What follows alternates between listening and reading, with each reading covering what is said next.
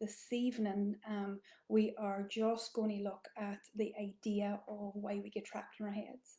What is it about us as human beings that get trapped in the minutiae of the mind and the difficulty that comes with that?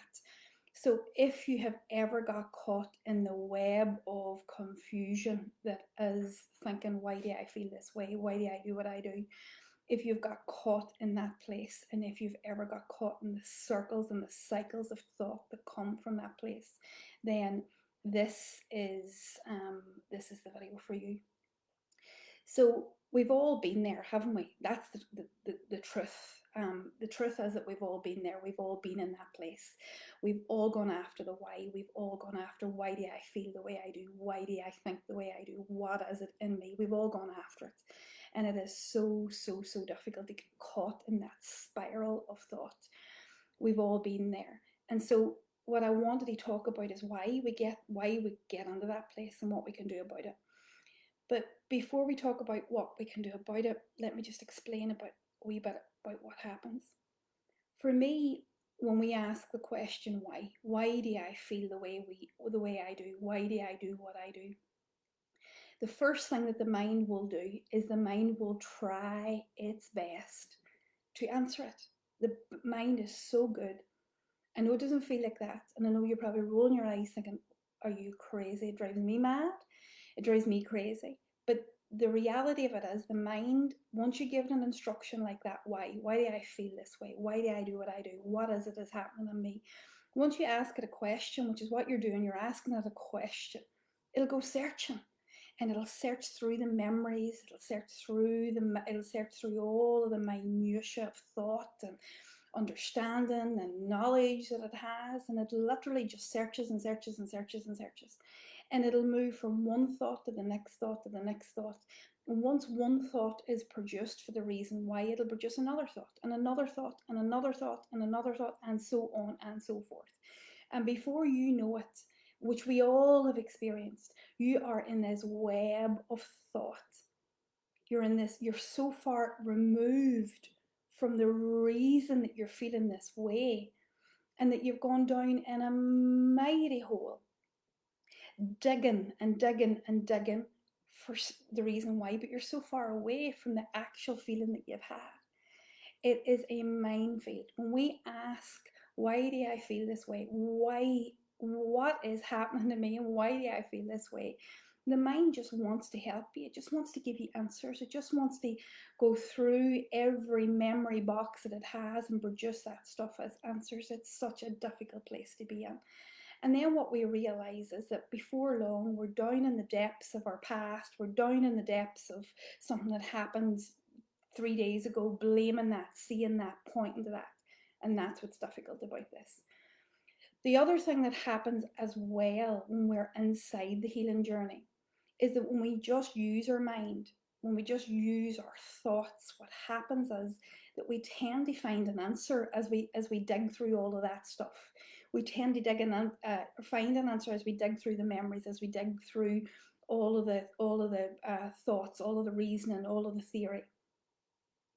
And when we come up with this answer, then what happens is we place this as the answer. So maybe the answer is in the thought that you've had a long time ago, and you blame that thought, or an experience that you had and you blame that. Or maybe it is in a piece of theory that you've heard, that you've seen on Instagram, that you've seen some psychologist post up, or even a quote. And what you say to yourself is, yeah, that must be the reason. I think the reason is. So, for example, trauma-informed practice. Sometimes we blame pieces of trauma for the reason that we feel the way we do. And it can semi-fit. It feels logical. It feels understandable. It feels like it fits. And there's a semi-resolution to that. There's a kind of an ease, and then we move on. And what happens is, if we find what we think's the solution, what we think is the solution, and we go about trying to work with that solution, healing it in some way, writing letters, whatever the healing journey is that you think that you're on at that stage, we realize very quickly, if not in a matter of weeks, that we're back to the start again. That the same problem is coming up, the same feelings are coming up, the same behavior is coming up, and everything that we thought was the reason now seems like it doesn't fit anymore. And that's despairing. It's what I call the hurt, hope, despair cycle. When we use thought, we fire logic, we fire understanding, and we go in this maze, and then we think we get a solution to it, and there is no solution to it. We realize the same emotional material comes up.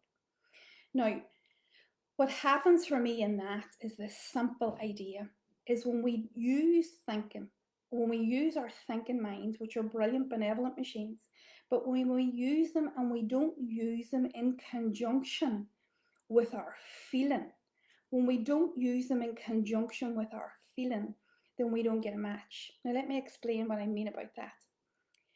If we've got a logical solution to something, if we think it's logical, if we've got a theoretical solution to something, and we don't check it at a feeling level, we don't check this theory that we have at a feeling level in our bodies, we don't use it against the feeling that we originally started out with, we don't check if it's a match, we don't check if it is the reason at a feeling level, then there is no way of clarifying or knowing that that is the reason. And most of us don't do that. We have one simple technique. And I have seen myself experience this in my own healing journey. Like, for example, blame songs. Yes, a song. I blamed a song for something deep and difficult that I was feeling. I never checked it emotionally. I blamed theory, like a piece of trauma theory, on why I was in a certain amount of pain. And I never cross referenced it emotionally. Did that incident cause that pain? Did that incident cause that feeling in me? Did that incident that I recall so clearly and logically and replacing it and lining it up with this, why did that cause me the same pain? If we don't check that, if we don't cross reference that, then we're just using our minds. We're just following the mind's logic, following the mind's information, following the mind's knowledge. And it is a minefield and it's too difficult and we get trapped and we get lost in there. And there's a better way. And this better way is what we all know. If anybody that's trained in somatics, anybody that's trained in a bottom-up approach, is the bottom-up approach, which is using the body, using the emotional content in the body. Now, I'm going to take that a step further than just somatics. And what we do, or what I do, and what I've curated in the Clear method is this method of getting into the body. And how we get into the body, and how I would encourage you to get into the body, is ask one question. When you're searching for why, ask the what question.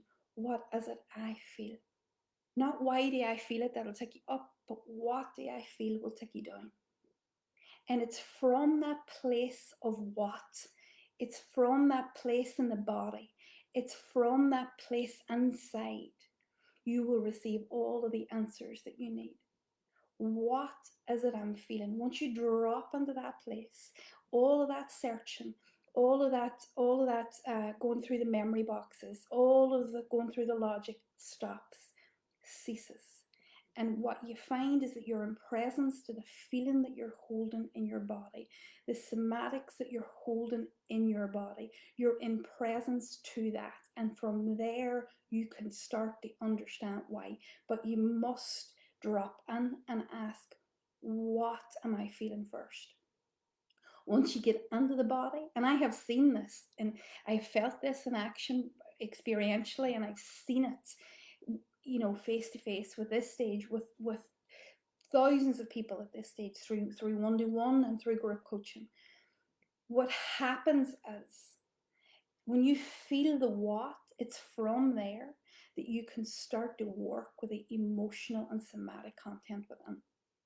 Because each piece of pain within us lies within us is a pattern of felt sense, of somatics, of the way it moves in your body, the way it travels, the shape of it, the density of it, the way it twists and pulls and stops and starts. And it's so unique to every one of us. But more than that, and this is where the bottom up approach really is beneficial to stop all that mind stuff.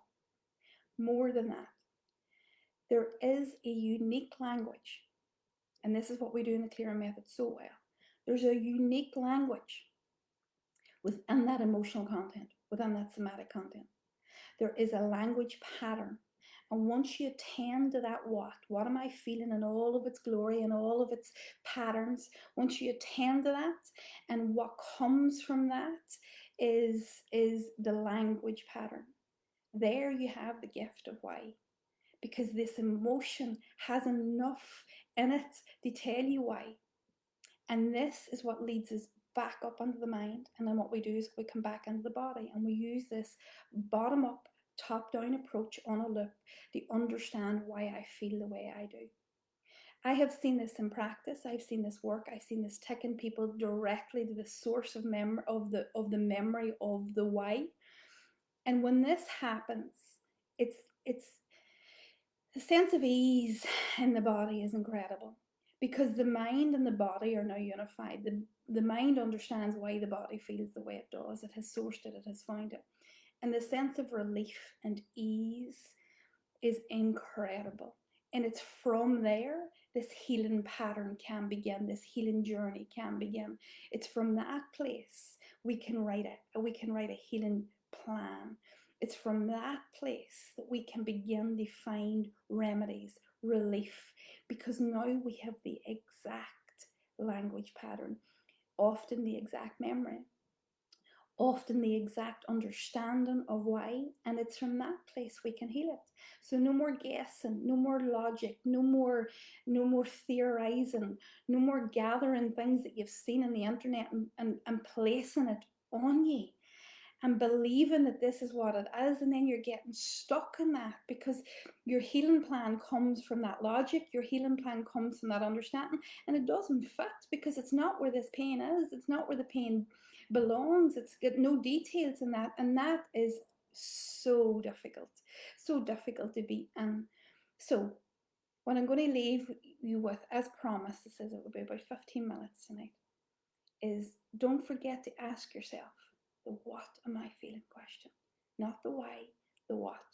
Use the material in the body to work with the what, understanding its movement, understanding its color, understanding its shape, understand how it moves, understand what it's saying. Follow that, and then you'll be led to your why. So good luck with that, and I hope that we made some sense to you. Hope it's of some help. Hope it helps you drop out of that head and into your body, because this is where real healing is. Take care. I'll see you all soon.